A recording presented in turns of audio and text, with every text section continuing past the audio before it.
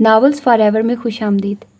بھائی آج کا جو ناول ہے نا، اس کو شروع کرنے سے پہلے تو میں آپ لوگوں کو ایک بات کہنا چاہوں گی کہ سب سے پہلے تو آپ لوگ اس چینل کو سبسکرائب کر دیجئے، کیونکہ اگر آپ لوگ سبسکرائب نہیں کریں گے تو میری ویڈیو کی نوٹیفیکیشن کیسے ملے گی، اور پوری نوٹیفیکیشن لینے کے لیے، مطلب جو بھی میں ویڈیو اپلوڈ کرتی ہوں اس کی نوٹیفیکیشن لینے کے لیے آپ کو چاہیے کہ بیل آئیکن کو پریس کر کے اس کے آل آپشن پر کلک کر دیں تاکہ آپ لوگوں کی کوئی نوٹیفیکیشن مس نہ ہو، ٹھیک ہے۔ اب یہ سب کہنے کا مقصد یہی تھا کہ میں ایک نیا ناول شروع کرنے جا رہی ہوں ایپیسوڈ کے لحاظ سے، اور وہ تانیہ طاہر کا ناول ہے جس کا نام ہے سرخ آنچل۔ آپ لوگوں نے ضرور سنا ہوگا۔ ابھی یہ کمپلیٹ نہیں ہے، لیکن جیسے جیسے ہم لوگ پڑھتے جائیں گے مے بی تب تک یہ کمپلیٹ ہو جائے، تو آج ہی میں اس کی ایک شام کو ایپیسوڈ اپلوڈ کر دوں گی۔ آئی ہوپ آپ لوگوں کو یہ ناول اچھا لگے گا، تو آپ لوگ مجھے ضرور بتائیے گا۔ لیکن ابھی آج کے ہمارے ناول کا نام ہے سنہری دھوپ، اور اس کی رائٹر ہے مریم۔ یہ ایک کمپلیٹ ناول ہے۔ وہ 3 دن کی دلہن چھت پر اکیلی کھڑی تھی۔ اس کے لمبے اور گھنے بال کمر تک آئے ہوئے تھے، چہرے اور گردن پر لمبی کھرنچیں تھیں جس سے رسنے والا خون وہیں جم کر کھرن کی شکل اختیار کر گیا تھا۔ وہ بے خیال سی آگے بڑھی اور منڈیر سے لگی جالی کے ساتھ آ رکی۔ اب نگاہ کے سامنے ہل چلے ہوئے کھیت تھے۔ ہوا اچانک تیز ہوئی تو اچانک شہر جانے والی تار کول کی سڑک پر گرد و غبار بگولوں کی صورت اڑتا نظر آنے لگا۔ گھر کی 4 دیواری کے باہر مویشی بندھے تھے۔ ہل چلے کھیت میں ایک آدمی بغل میں کپڑے کی پوٹلی دبائے بیج بو رہا تھا، جبکہ سفید لباس میں ملبوس ایک قدآور شخص منڈر پر کھڑا ہاتھ اٹھا کر بیج بوتے آدمی سے بات کر رہا تھا۔ وہ قدآور شخص اس چھت پر کھڑی دلہن کا شوہر تھا۔ لڑکی کی نگاہ اس پر پڑی تو ایک دم اس کا دل بھر آیا اور ذہن پر جیسے کوئی ہیجان طاری ہو گیا۔ وہ ایک دم چینخی اور چینکتی چلی گئی۔ منڈیر پر کھڑے شخص نے قدرے چونکتے ہوئے پلٹ کر دیکھا۔ کچھ دیر چھت پر کھڑی روتی لڑکی کو گھورا، پھر تیز تیز قدم چلتا حویلی کی جانب آنے لگا، اور حویلی میں داخل ہو کر دوڑتا ہوا لمحوں میں وہ آدمی چھت پر اس کے روبرو تھا۔ ابیر، کیا تکلیف ہے تمہیں؟ ہاں بولو۔ اس نے قریب آتے ہی اس کا بازو کوہنی سے پکڑ کر زوردار جھٹکا دیا تھا۔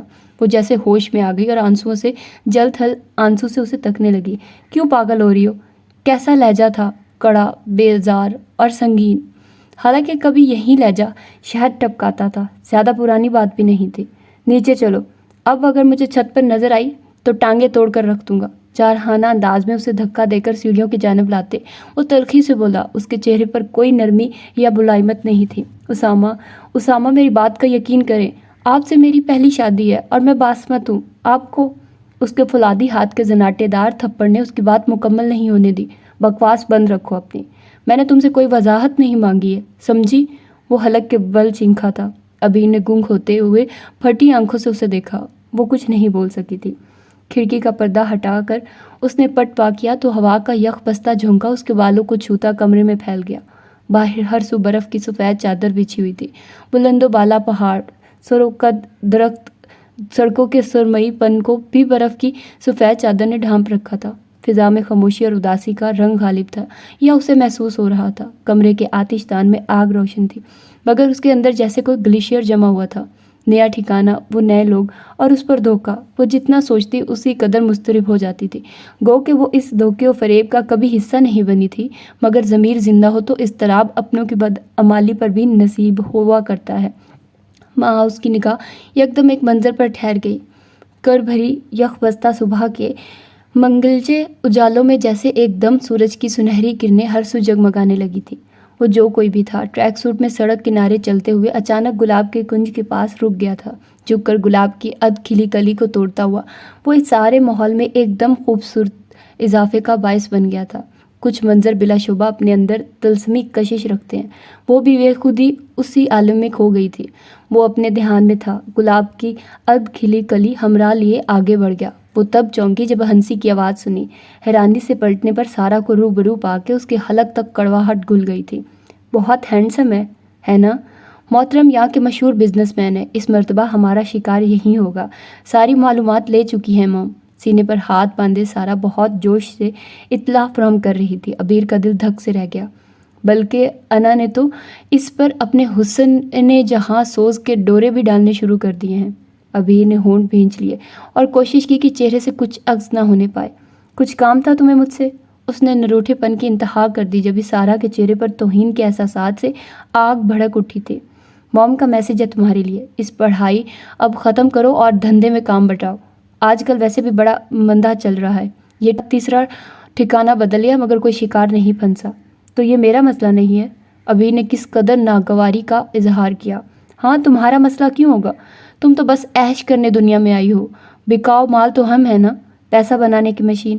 سارہ تنفر سے بولتی چلی گئی، گویا اس گناہ آلود زندگی کا احساس ندامت بن کر انہیں بھی کچوکے لگاتا تھا۔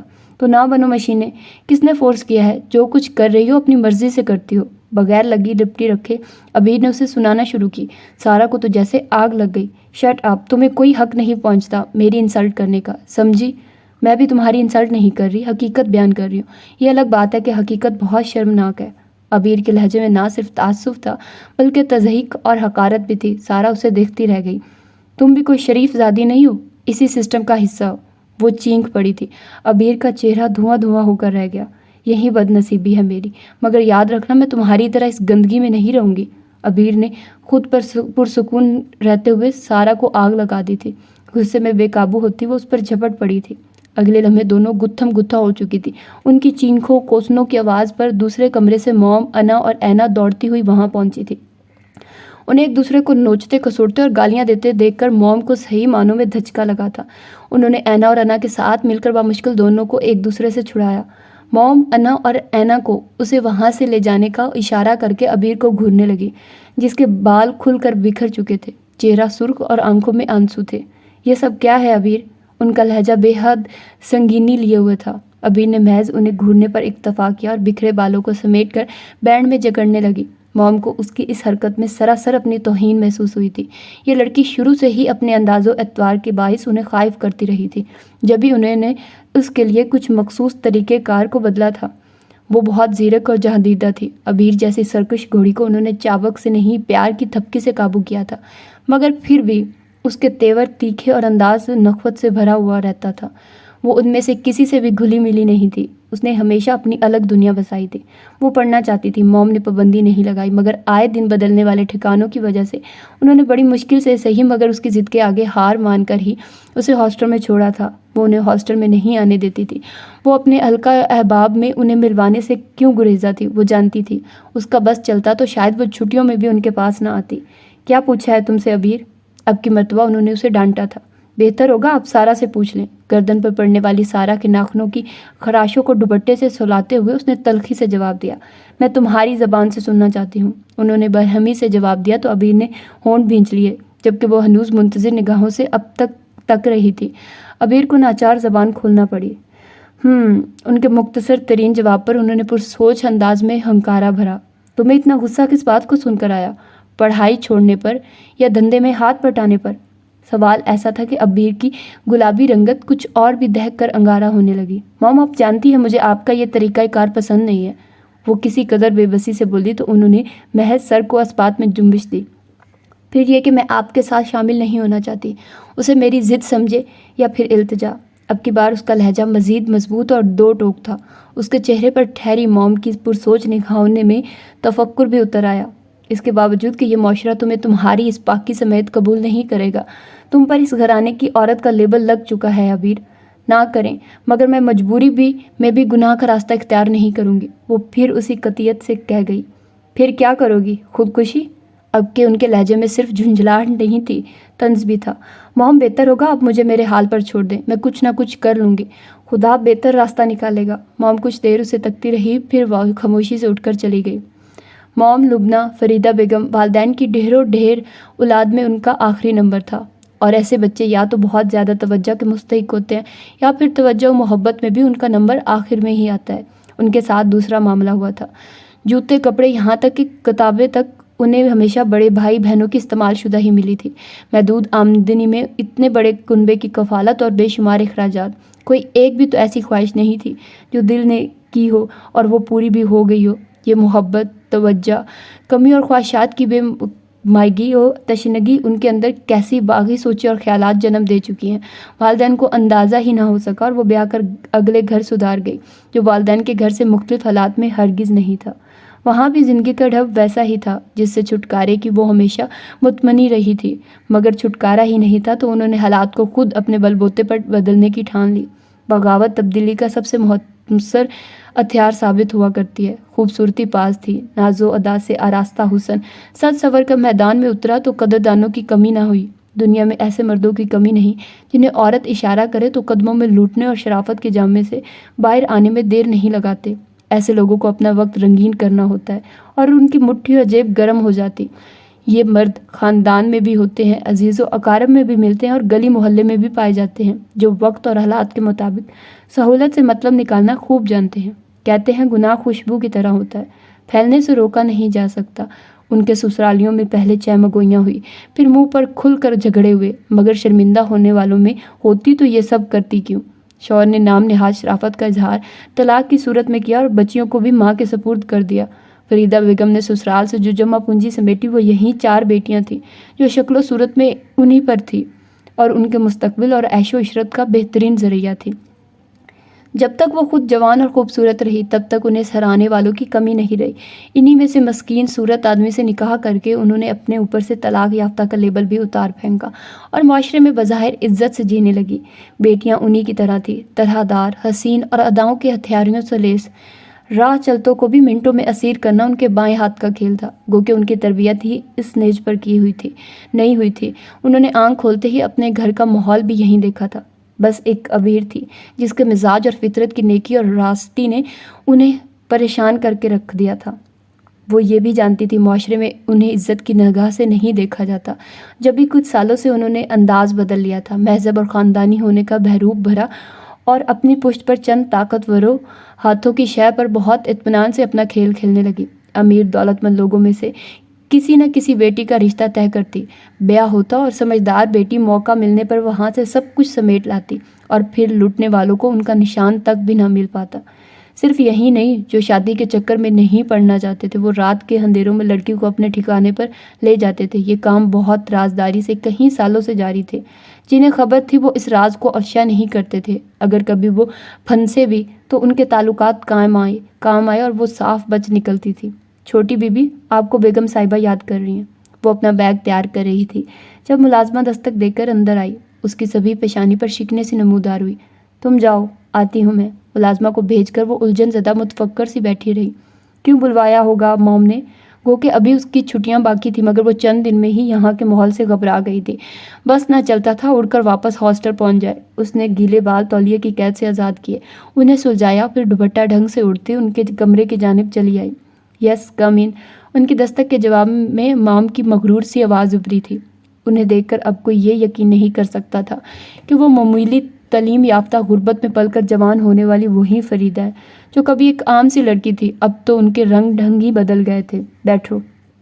اسے اندر داخل ہوتے دیکھ کر وہ جو سیل فون پر کسی سے بہت بے تکلفانہ گفتگو میں مصروف تھی، الوداعی کلمات ادا کر کے اس کی سمت متوجہ ہوتے ہوئے بولی، آپ نے بلوایا تھا؟ گو کہ وہ اس کی سگی ماں تھی، مگر عبیر نے کبھی ان کے لیے اپنے دل میں کوئی جذبہ محسوس نہیں کیا تھا۔ اس کی وجہ واضح تھی، اسے ان کے انداز و اطوار سے ہی نہیں، ان کی گناہ آلود زندگی سے بھی نفرت تھی۔ وہ ان سے شاکی تھی کہ انہوں نے اپنے ساتھ ساتھ اپنی اولاد کی بھی عاقبت تباہ کر ڈالی تھی۔ ایکچولی یہاں ایک فیملی نے ہمیں اپنے پوتے کی برتھ ڈے پارٹی میں انوائٹ کیا ہے۔ ایسا ہے کہ تم آج شام کی اس تقریب کے لیے انا کے ساتھ جا کر اپنا پارٹی ویئر لے آؤ۔ مگر میں وہاں جانے میں انٹرسٹڈ نہیں ہوں۔ تو انٹرسٹڈ نہ ہونا ایک الگ بات ہے اور کسی کام کو کرنا ایک یکسر الگ بات۔ تم وہاں جا رہی ہو، اٹس مائی آرڈر، اوکے؟ اب وہیں کرو جو میں نے کہا ہے۔ ان کے لہجے میں واضح حکم تھا۔ عبیر کچھ دیر ہونٹ بھینجے خاموش کھڑی رہی، پھر ایک جھٹکے سے پلٹ کر وہاں سے چلی گئی۔ وہ انا کے ساتھ مارکیٹ نہیں گئی تھی۔ اس کا خیال تھا کہ موم ایک طوفان اٹھائیں گے، مگر اس کے برعکس ان کی خاموشی پر اسے حیرت نے آن لیا تھا۔ یہ حیرت اس وقت اضطراب اور شدید تعصب میں ڈھل گئی جب شام میں موم نے اس کا ڈریس لا کر اس کے پاس رکھ دیا تھا۔